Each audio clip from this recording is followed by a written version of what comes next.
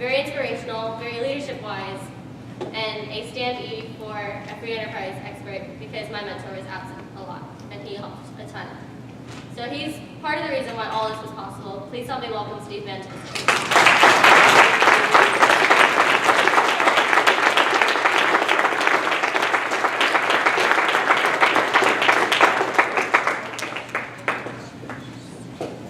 Thank you. Be seated.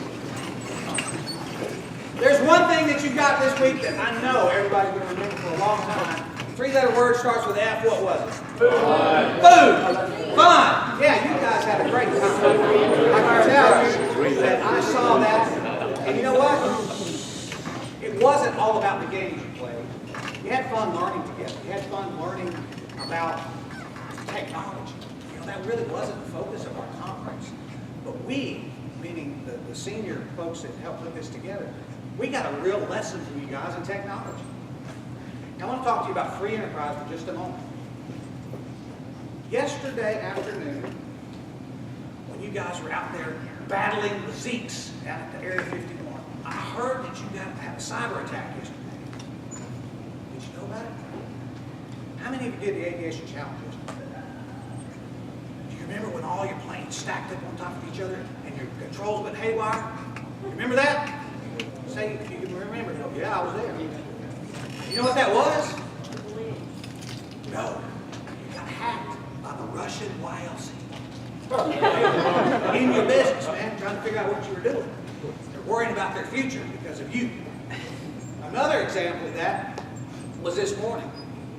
One of our students is in a family who has this father who is a cybersecurity expert. He spends a lot of time in a black box, got a super high security clearance. And I came across this device. This device was laid by itself, all alone, suspicious. And being trained, I've been through airports. If you see anything suspicious, let somebody know.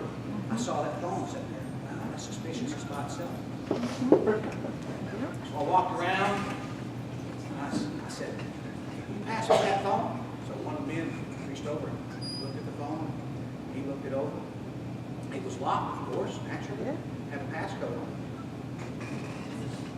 I got it, and I looked at it, and I flipped through it. And I said, I wonder who this belongs to. I can just go around and hold it up and see if it belongs to anybody. Well, the young lady that I was standing next to said, "Give me that phone." She took that phone.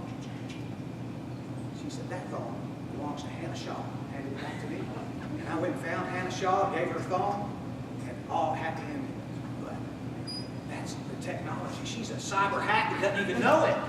She's just around that stuff all the time. Really wasn't that quite serious. But yesterday, the same kind of thing, technology. We were down here lamenting that our paperwork was all fouled up. We'd lost everybody's names. We'd lost schools. We had names that were in the wrong place. And our database had got really fouled up. It was a tough afternoon yesterday because we were trying to print graduation certificates for each of you. We felt like that was important. That's something we wanted to make sure you left with. What time did you leave last night, Mr. Dunlap? 2 o'clock. 2 o'clock this morning. We got it done. Let's give Mr. Dunlap.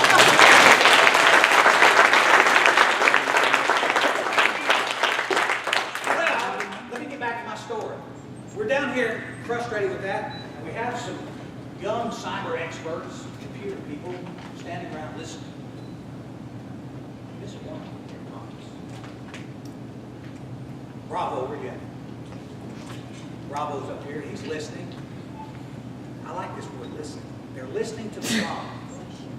Bravo says, "I think I got an idea how we can fix that." And in the space of about 20 minutes, these three guys, a number of people standing here, came up with a solution to a problem that just might work. What did they do? They saw a need. They took experience and skills that they had and said, they asked some questions, some very intelligent questions. What about this? What about this? And they came up with a solution to our problem. Now, they may not realize that, but that's how companies are born. Today's topic is free enterprise. You know, all around us are opportunities for promotion, opportunities for service, opportunities that we can participate and help others. The video that y'all saw the day before yesterday, I guess, with Colonel Reitzel, that was pretty amazing. That was an example of some people seeing a need. We've got soldiers returning. They're having some difficulties and problems, and people don't understand it. We need to do something to help people understand what's going on so they can be more empathetic and help these guys. Do y'all think that's what the video kind of conveyed, that message? Am I right? I gather that's what it said. I'm looking forward to seeing it. I haven't seen it yet. But that's an example of some people seeing a need, putting their resources together, and coming up with something to help. Now, those resources are called, who knows? What's today's division? Freedom enterprise? What's the word that we hear a lot in our society? We are a capitalistic society. Capitalistic. Well, in order to make those videos, in order to make that technology happen, some people gave up some stuff. They gave up their time to work on the video. They gave up their money to have some stuff published so other people would be willing to give up their time to do the thing.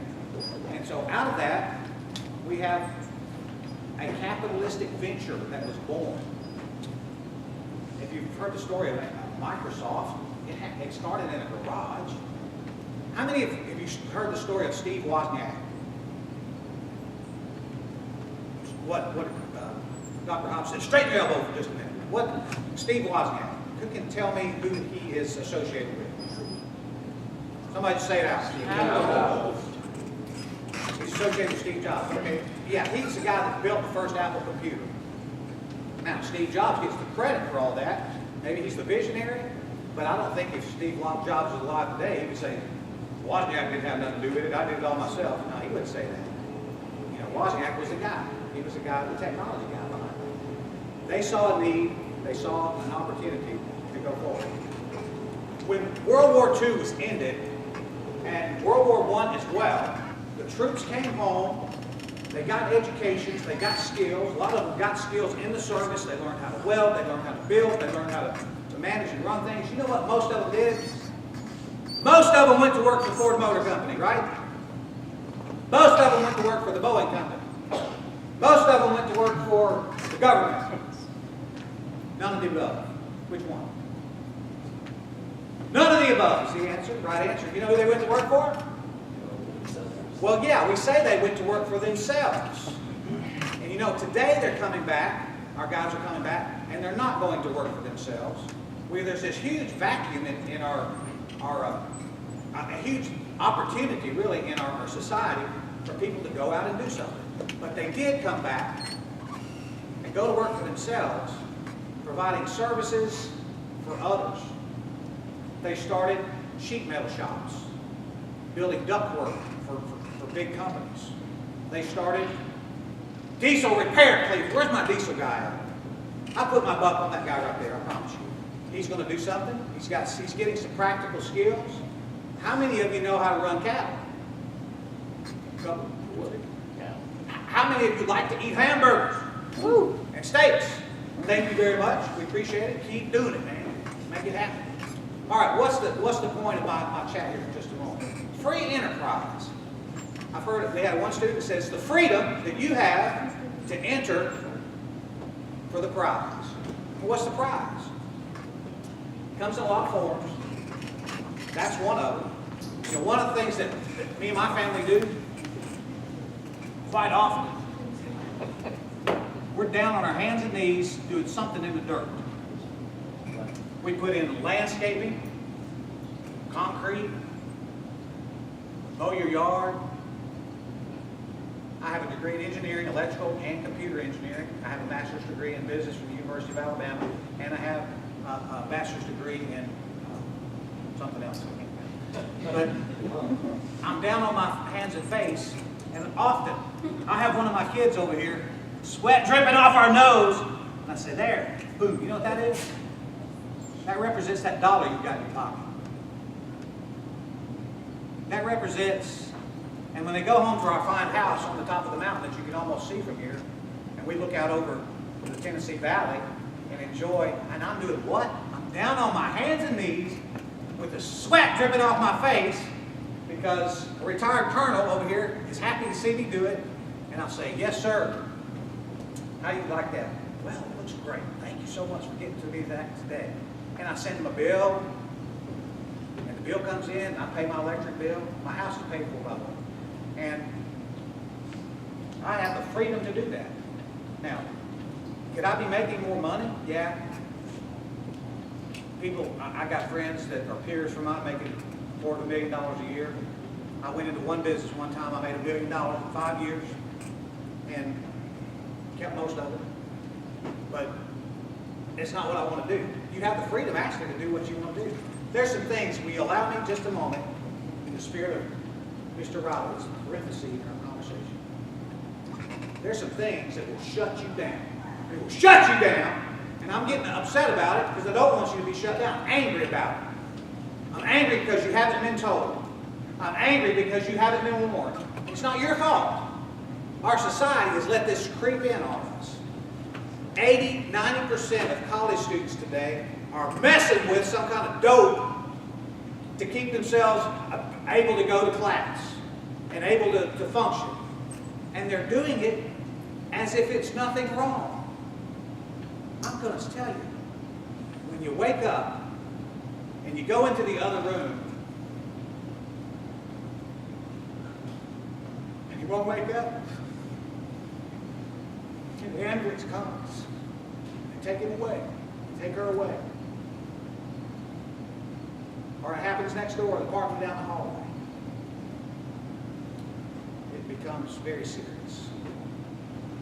Heard the story of a lady today put a post on Facebook. I think it was Mr. Wiley was telling me, telling me that as I was taking him back to the hotel last night. Her son, the big job, the big house on the hill, owned a vacation home in North Carolina, big job. He's dead. His brother's in prison. Not going to get out anytime soon. Dealing with that lifestyle. For what? This particular drug was heroin. I understand it is the most problematic drug in our country today. You need to be warned, people. You need to decide. If you haven't decided, you need to decide. Not me. And I think most of you are probably in the camp of already understanding that. But you've got peers that aren't. Somebody you know, you're either going to hear about it, or it's going to be down the hall from you, or hopefully it's not anybody you know, but it's going to happen. They didn't get warned. They didn't take the warning seriously. And another thing, don't buy this lie. I'm talking of this lie. My generation has been through this. We know. We've watched them. We know what they look like after several years of, "Got me that ball, man." We know what that looks like down the road. And you might think about it funny right now. No doubt some of you know very well what I'm talking about. It's a lie. It will hurt you. I'll tell you, a way to hurt you. You graduate from college. How many of you plan to go to college? Fantastic. Applaud for that. How many of you, here's the next question. How many of you plan to finish college? Hey, there we go. That's a much more proactive attitude. You folks that aren't planning to go to college, listen. I'll put my buck on that guy. I don't know what he's going to do. But you've got some skills. You've got some opportunities to get some skills. Electrical work, heating and air conditioning, plumbing, other kinds of things, auto mechanics, diesel mechanics. They can charge whatever they blame well want. Someone was telling me a particular skill. $75 an hour is what they get. Medical field's wide open for opportunities like that too. Look around, do your homework before you decide what you're going to do. There's a real opportunity out there. So, real quick, this is a sad story. Oh, it's so sad. Young man, engineering student, 3 o'clock in the morning. The door to his apartment burst open. In comes the guys. It's the police.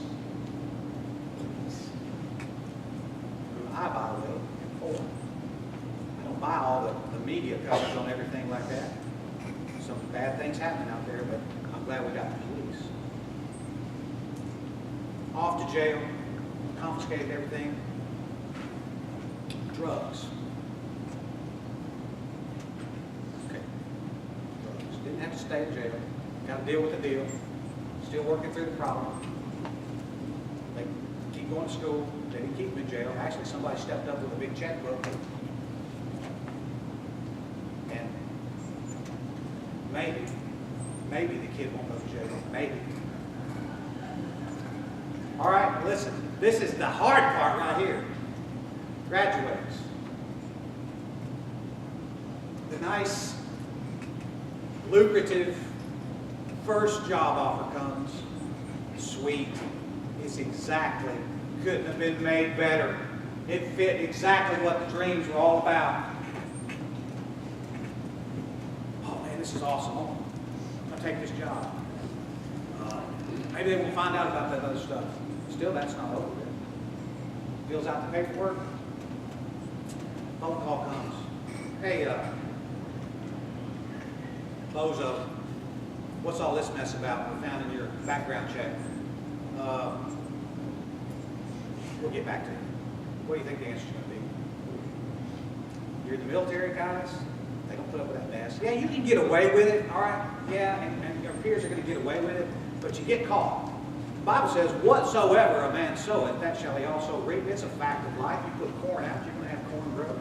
You put out illegal activities, you're going to reap some issues with that. All right, I'm warning you about that.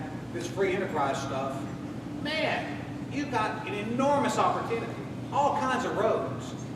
Then there's this little road with a bunch of little people on it. They're going down thinking that you got to have chemicals to make you feel good. I can skirt around the law. Everybody else is doing it. I can sell this and make some money on the side doing this thing right here. That little bitty road, you've got all these real roads that you can use to make a living with, to make more than a living with. Why choose that road? It's human nature for one thing. We like to do things that we can get away with. Not feel like we're not getting caught. Think we're cool. Had a little bit of that last year in the YLC. But I'm saying avoid that. Take advantage of the opportunities that pop up. So, this little company that was born yesterday has tremendous potential. And they're being born all the time. Free enterprise. And you have the opportunity to participate in that. Yeah, the government wants to know what you're doing. You've got to file your income tax returns. Yeah, they want to know some stuff. You've got to get permits and licenses for some things. It's not hard to do. You can do that. Yeah, you got to pay your employees and you got to take out their taxes. No, we got people in software that does that automatically for you. It's not a problem. All that stuff's set up to allow you to focus on what you're trying to accomplish. Back to you guys for just a minute. This has been about you. We wanted to challenge you in some areas. Leadership, we say leadership conference. People that came back as staff will tell you, yeah, we got some leadership challenges. We had one yesterday that we had to deal with. It was fun. It's hard. It's distasteful. It wasn't all that fun. But at the end of the day, it makes us better leaders when we deal with stuff. I wanted to remind you just a little bit about our heritage. It's a great heritage. Sometimes we take things for granted because we're in the midst of it. We see it every day. We don't really recognize what's happening. When you see a World War II vet, if you got the time, just take the time to think. Take the time to listen to it. Take the time to say, man, how was it? Well, thank you. And not only World War II vets, but all the wars we've been in afterwards. Stand up. I want to thank you. You're a great bunch of young people. All you kids, you're young adults. You are. You're going back to your communities. What I want to do, in just a moment, there's two fellows in the back. I want to give them at least a minute or two to say something to you for just a moment. What I'd like you to do is turn around and face them. Introduce yourself, tell them where you're from, and tell them why you bring your young people from Arkansas, Mississippi, why you bring them. My name is Lieutenant Colonel Patrick Widener. I'm the chapter commander of the Lieutenant General Middleton chapter of the Military Order of the World Wars. We bring our kids here because they learn something. But let me ask you a question. Who is the Military Order of the World Wars? Who do we represent? How do we get to be MOWW members? Does anybody have a clue? Yes, sir. Jeremy Bailey, Eastern Technology High School. Either you had a relative that fought World Wars, right, or that's wrong, isn't it? Nice try, but that is absolutely wrong. Somebody else. And I'm not trying to be punitive here, but this organization puts this on so you can learn free enterprise, entrepreneurial spirit, the Constitution, United States government. We are officers of all services to include the U.S. Health Service and NOAA. And our family members can become members of that organization, what we call the hereditary membership program. And we don't do politics. We deal with youth development. We're here to make sure that you understand how this entire society functions. And quite frankly, I don't think we've left you with a lot. When you leave out of here, you guys are the ones that are going to have to pick up the pieces.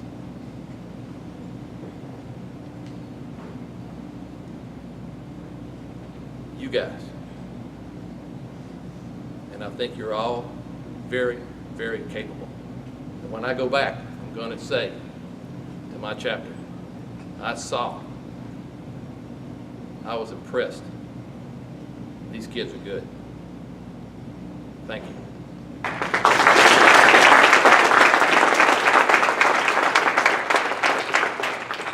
I'm Major Ken Zomer, and I'm the adjutant of the Central Arkansas chapter of the Military Order of World Wars. I'm actually pretty new to MOWW because I've worked and spent half of my life outside of the United States, mostly for 40 some years. And I just retired, and I got interested, got in, because it's a service organization. It's better to serve than be served. And we bring our people here from Arkansas. We're glad to be invited back. But for them to gain leadership skills, one of the ladies I brought last year is now the wing commander of our junior ROTC group. And I happened to go to the award ceremony, presented awards, MOWW award and a Dedalian award. All those organizations, I'm actually Air Force Association and MOAA, which we all present awards to you at graduation. All you have to do is ask for them or have your senior instructor request them, and we're there happy to do it. And we want to keep coming back. I want to keep coming back as long as I can. I'm not getting any younger, and I'm 72 years old, and I have some conditions that my neurologist says are only going to get worse, but I'm going to come back as often as I can. High school retired, and I enjoy bringing the students here so they can learn and take it back to the school for leadership. And the students, some of the students have been here. They are in the Air Force right now as leaders there, and also there are doctors going to school for that, and we appreciate it and we thank you for that. And we'll continue to bring students here to learn and to gain the experience to share with others.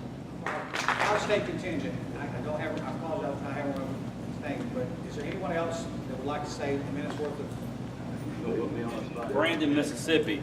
And I actually I retired from the Army and began teaching junior ROTC. And junior ROTC, as most of you know, because most of you are in uniform, it's a leadership development program.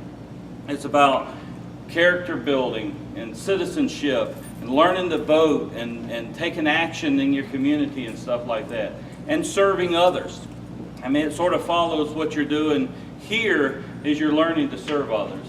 And you're learning to be productive in your lives, and as you move forward, you go to college, you graduate. That's one of the things Mr. Mann said. Who's going to college? Well, it's more important who's going to graduate from college. And in the end, regardless of what you do, you need to be productive in your lives. You need to be engaged in doing something that fulfills yourself, but also is taking care of if you have a family, if you have friends, you don't want to be a burden on anyone. So, take what you get from here, go back to school, share it with others, and, I appreciate y'all being here, and I think it says a lot about where y'all come from. I teach ROTC at Jim Hill High School in Jackson, Mississippi, and I actually got recruited into this as the bus driver. So I'm the driver, but what I've seen here is that this is one of the best programs that I've been to. When you talk about leadership and the experience and the wealth of knowledge that they have brought in to enlighten you, the future of America, this is not something that you take lightly. This is not just something that somebody put on just to check the block. To me, this is an investment. The MOWW is making an investment into our future. And if we're not making that investment into you, where do we make it? Dollars and cents are good. But if we don't have anybody to make the dollars and cents, to invest the dollars and cents, we don't have a future. So when I stand here, what I see is the future of this great country. I see the future of entrepreneurship.